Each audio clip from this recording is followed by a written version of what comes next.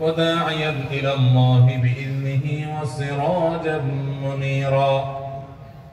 أما بعد، فقد قال الله تبارك وتعالى في كلامه المجيد وفرقانه الحميد: أعوذ بالله من الشيطان الرجيم. إن عدة الشهور عند الله 12 شهرا في كتاب الله يوم خلق السماوات والأرض منها 4 حرم ذلك الدين القيم فلا تظلموا فيهن أنفسكم.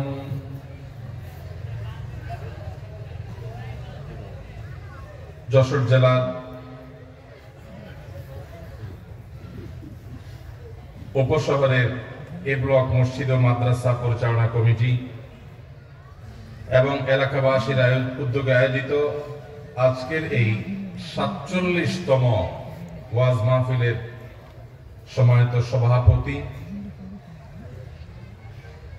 উপস্থিত ওয়াজিবুল ইহতিরাম সম্মানিত উলামায়ে কেরাম, অত্র এলাকার মান্যগণ্য ব্যক্তিবর্গ এবং আমার প্রাণ প্রিয় দিনদরদি ভাইরা এবং পর্দার আড়ালে থাকা মা ও বোনেরা, আল্লাহ রাব্বুল আলামিন আমাদেরকে কোরআন এবং হাদিসের কথা বলা এবং শোনার তৌফিক দিয়েছেন এমন একটি সময় যখন চতুর্দিকে ফিতনার জোয়ার বইছে। এরকম একটা সময় আল্লাহ তাআলা আমাদেরকে কোরআন এবং হাদিসের কথা শোনার জন্য মাহফিলের শামিয়ানার নিচে একত্র হওয়ার বসার তৌফিক দিয়েছেন। এজন্য রব্বে কারীমের কাছে আমরা শুকরিয়া জানাই, আলহামদুলিল্লাহ।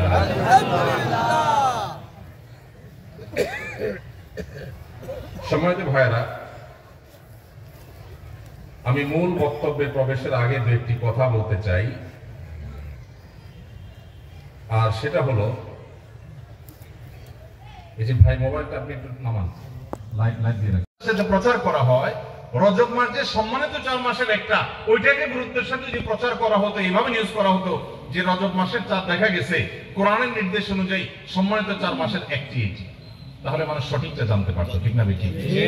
তাহলে সঠিক এবং শুদ্ধটা কোরআনের বর্ণনা, কোরআনের শিক্ষাটা চর্চা নাই, আছে সেটা যেটা আসলে বিশুদ্ধ কোনো বর্ণনা দ্বারা প্রমাণিত ভাইরা আমার। এই জন্য আমাদের নিজস্ব উদ্যোগে দিন শিখতে হবে। দিন শিখার জন্য ওয়াজ মাহফিল একদিন আসলে যথেষ্ট হবে না। এর জন্য আপনাকে মসজিদের ইমাম সাহেবের মাধ্যমে বিভিন্ন দিনই শিক্ষা কোর্স আছে। তরুণরা আজকাল অনলাইনে অনেক ইসলামের বেসিক বিষয়গুলো শেখার জন্য কোর্স আছে, সেই কোর্সগুলো এনরোল করে ফেলতে হবে, সেগুলোতে এঙ্গেজ হয়ে যেতে হবে এবং দিনের বেসিক বিষয়গুলো শিখতে হবে। আল্লাহ তাআলা আমাদের সবাইকে আমলের তৌফিক দান করুন। ভাইরা আমার, সময় অনেক হয়েছে। আমরা মেরাজ নিয়ে কিছু কথা বলতে চাইছিলাম, কিন্তু আপনাদের হইচই দেখে কথা অন্যদিকে চলে গেছে। এখন আমাদের সামনে যে সময় আছে, খুব বেশি রাত পর্যন্ত কথা বলা আমার আদতেরও খেলাফ, সুন্নতেরও খেলাফ। আমরা এখন দুইটা অপশন বেছে নিতে পারি, হয় মেরাজ নিয়ে আলোচনা করতে পারি, আমরা প্রশ্নোত্তর দিতে পারি। কোথায় যাবো বলেন? প্রশ্নোত্তর না মেরাজ? মিশ্র প্রতিক্রিয়া।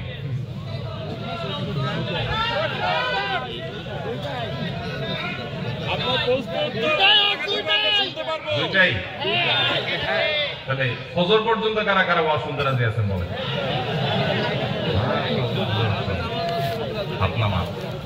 ওয়াজ শোনার ব্যাপারে যদি পৃথিবীর কোন দেশে মানুষ বাঙালির সাথে কম্পিটিশন করে, আমি নির্দ্বিধায় বলতে পারি দেশে মানুষ চ্যাম্পিয়ন হবে। আমল করতে পারুক আর না পারুক, ওয়াজ শুনে একদম কাজ করে ফেলাবে। আল্লাহ তাআলা আমাদেরকে আমল করার তৌফিক দান করুন। সম্মানিত মাস সম্পর্কে যে কথাগুলো আমরা শুনলাম, এই কথাগুলো আমরা প্রচার করব তো ইনশাআল্লাহ? ইনশাআল্লাহ করব তো ইনশাআল্লাহ? ইনশাআল্লাহ। প্রচার করতে পারার দরকার নাই, আপনি আপনার বাসায় আপনার স্ত্রীর সাথে, মায়ের সাথে, বোনের সাথে, ছোট ভাই ব্রাদারের সাথে, বন্ধু বান্ধবের সাথে শেয়ার করবেন যে নতুন একটা জিনিস শিখলাম। এই জিনিসটা শেয়ার করা যাবে তো ইনশাআল্লাহ? ইনশাআল্লাহ। জি ভাই, মেরাজ সম্পর্কে কথা বলতে গেলে অনেক দেরি হবে ভাই। আমি প্রস্তুতি নিয়েছিলাম সে বিষয়ে কথা বলা, কিন্তু অনেক সময় লাগবে। আমার মনে হয় অনেক প্রশ্ন আছে আপনাদের, প্রশ্নোত্তরে চলে যাই আমরা। কারণ হলো রাত কম হয় নাই, অনেক রাত হয়েছে।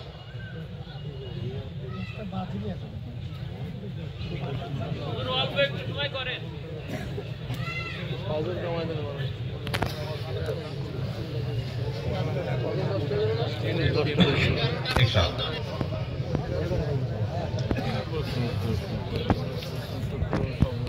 ভাই আবার কথা বলবেন? আচ্ছা 1 মিনিট টাইম দিলাম, কথা বলবেন। না বললেন, সমস্যা নেই, বলা এতক্ষণ আমি বলছি, আপনাদের তো অধিকার আছে। বৈষম্য বিরোধী বাংলাদেশ, সবাই সমান অধিকার থাকা দরকার। এতক্ষণ আমি বলছি, আপনার 1 মিনিট যা বলা বলেন। শেষ হয়েছে, ক্যামেরাম্যান ভাইরা শেষ হয়েছে, এরপর কিন্তু আর কথা বলা যাবে না। মাশাআল্লাহ, যশোরের মানুষের মধ্যে এরকম সভ্য, এত নম্র, কত সুন্দর পিনপতন নীরব। মাশাআল্লাহ মাশাআল্লাহ মাশাআল্লাহ। তবে মোবাইল সাবধান, কারণ পরশুদিন কুমিল্লায় মাহফিল শেষে শুনলাম যে 20-30 জনের মোবাইল নেই। আমার ক্যামেরাম্যান তার পাওয়ার ব্যাংক নিয়ে গেছে। তো আপনারা যারা দাঁড়ায় আছেন, আপনাদের ভেতরে ভেতরে আপনাদের খেদমতের জন্য অনেক ভাইরা আসছেন, সাবধান। কিন্তু এই রিস্কটা আপনাদের দান ও পাবলিকের বেশি। বহুত তো বুঝাইছি, বসেন বসেন নেই, দাঁড়ায় রয়েছেন তো, মোবাইলটা বাসা মতো যারা নিতে পারেন সেদিক খেয়াল রেখে, ওয়াজ মনোযোগ দিয়ে শুনে নেন, না শুনেন মোবাইলটা সাবধানে রেখে। আর যদি মোবাইল চোর কেউ ধরতে পারেন, তাহলে আমি পুরস্কার দেব। কারণ আমার কাছে মনে হচ্ছে প্ল্যান ওয়াইজ দিনী মাহফিলগুলোকে ধ্বংস করার জন্য এরকম একটা চক্র অ্যাক্টিভ হয়ে গেছে। বিশেষ করে যখন মাহফিল ছাড়া হবে, হুড়াহুড়ি করবে মানুষ, ওই টাইমে মোবাইলগুলো সব চুরি হয়। এই জন্য সবাই সাবধান থাকবেন ইনশাআল্লাহ। যদি কেউ চোর ধরতে পারেন, চোর থানায় সোপর্দ করবেন, আর জাহিদ ভাইয়ের সাথে যোগাযোগ করে আমার কাছ থেকে 1000 টাকা নগদ পুরস্কার নিয়ে যাচ্ছে। আমার ভালো মানুষ ধরে চোর বানায় না, সাবধান। মাশাআল্লাহ। আপনাদের আজকের মাহফিল শেষে শুনলাম যে মাহফিলে ইয়েতে থানায় জিডি করার হেডি পড়ে গেছে। সুযোগ সন্ধানীদেরকে আমরা সুযোগ দেব না ইনশাআল্লাহ। জি ভাই, বিসমিল্লাহ। আমি কজনুর বেগম, বয়স 69। আমার স্বামী দীর্ঘ 27 বছর আমার খোঁজ খবর নেন না। তিনি আমার বিবাহ করেছেন। আমার দুশ্চিন্তার কারণ, আমার পরকালের হিসাবের ক্ষেত্রে আমার স্বামী ও সংসারের জন্য আমার গুনাহ হতে হচ্ছে কিনা।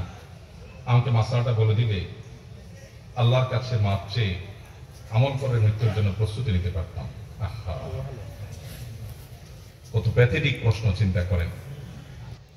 আমাদের এই দেশে আলহামদুলিল্লাহ এমন এমন দিনদার বোন আছেন, এমন এমন কোরআন এবং সুন্নাহর উপর আমল করার জন্য পাগল করা আল্লাহর বান্দিরা আছেন, আল্লাহর বান্দারা আছেন, সংখ্যা খুব কম।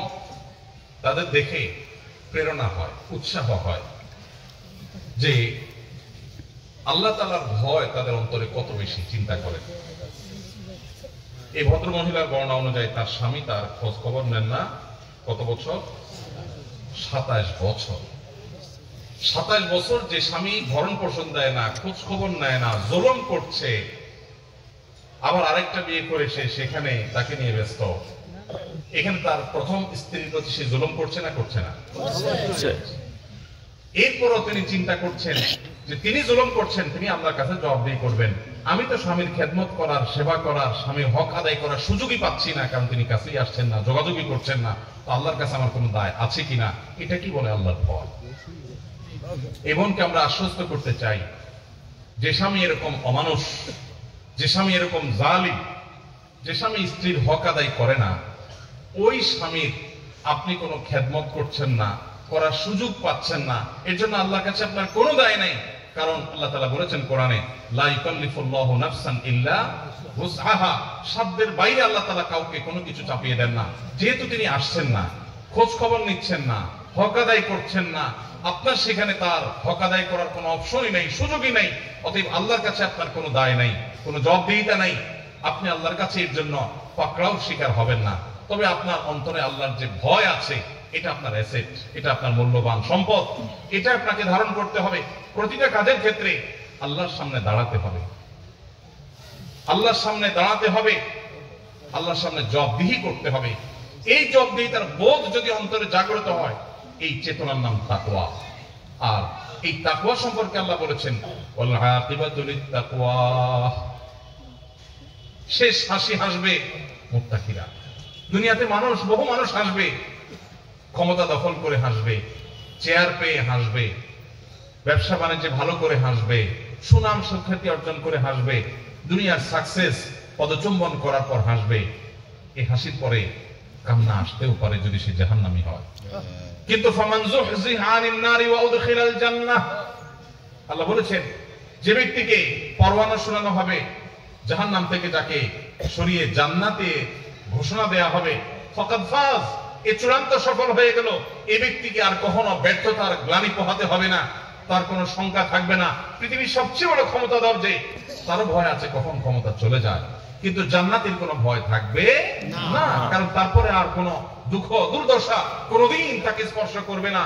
তো আমার বোন, তাকওয়া তো এটাকেই বলে, অন্তরে অবস্থিত যার আল্লাহর ভয় তাকে নিয়ন্ত্রণ করে, সে কি করবে কি করবে না এটা ডিসিশন মেক করে, তার সেই চেতনা, এটার নাম তাকওয়া। আল্লাহ বলেছেন এই তাকওয়া যার আছে, শেষ হাসি সেই হাসবে, সে হাসির পরে আর কখনো কান্না আসবে না। আর আল্লাহ বলেছেন জান্নাত সম্পর্কে উইদ্দাতিল মুত্তাকিন, মুত্তাকিদের জন্যই তৈরি হয়েছে। কোরআনে আল্লাহ শুরুতে বলেছেন হুদাল লিল মুত্তাকিন, কোরআনও আল্লাহ তাআলা উপকারী করবেন মুত্তাকিদের জন্য। আল্লাহ আমাদের অন্তরে আল্লাহর ভয় লালন করার তৌফিক নসিব করুন, আমিন। এই বোনের সেই জালেম স্বামীকে আল্লাহ তাআলা হেদায়েত দান করুন, আমিন। অনেক অমানুষ স্বামী আছে এরকম, এক বিয়ে করে বউয়ের ভরণ পোষণ দেওয়ার খোঁজ খবর নাই, আরেক বিয়ে করছে, তার জন্য এই দ্বিতীয় বিয়ে করাটা হারাম। যেই দ্বিতীয় বিয়ে তাকে প্রথম স্ত্রীর অধিকার আদায় থেকে দূরে সরিয়ে রাখে, বহু মানুষ আছে, আছে না নাই? আচ্ছা, যে প্রথম বিয়ে করে সেখানে বাচ্চা কাচ্চা হয়েছে বা হয় নাই, কিছুদিন পরে সে যে আরেক বিয়ে করে সেই স্ত্রী নিয়ে সেই সংসার নিয়ে সে এঙ্গেজ আছে, প্রথম স্বামীর খোঁজ খবরও নিচ্ছে না।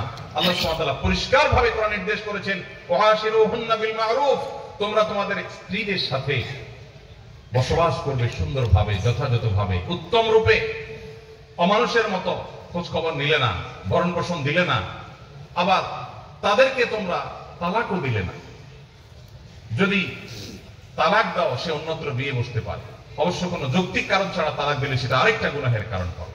আল্লাহ তাআলা আমাদের সবাইকে পরস্পরের হক আদায় করার গুরুত্ব বুঝার তৌফিক নসিব করুন, আমিন। আর আমার এই বোন সহ যে সমস্ত মায়েরা বোনেরা এরকম মনোবেদনায় আছেন, সাংসারিক জীবনে কষ্টে আছেন, আল্লাহ তাআলা তাদের কষ্টগুলোকে লাঘব করার তৌফিক নসিব করুন, আমিন। এই বোনগুলো কখনো যদি আমাদের কাছে আসে, অনেক সময় অফিসে আসে, বলেন ভাই অনেক দুঃখ, স্বামীটা অমানুষ, অমুক অমানুষ, তমুক অমানুষ। আমি বোঝানোর চেষ্টা করি ফেরাউনের স্ত্রী আসিয়ার চাইতে বেশি আপনি মাজলুমা না।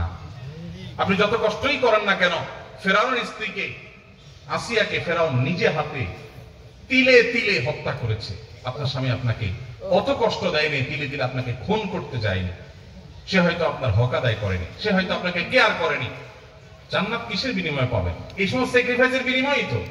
ঈমান আমল ঠিক রেখেছে, এসব কষ্ট সহ্য করেছেন আল্লাহর জন্য, নিজে অন্যায় অপরাধ করেন নাই, বাস এর বিনিময়ে জান্নাত পাবেন।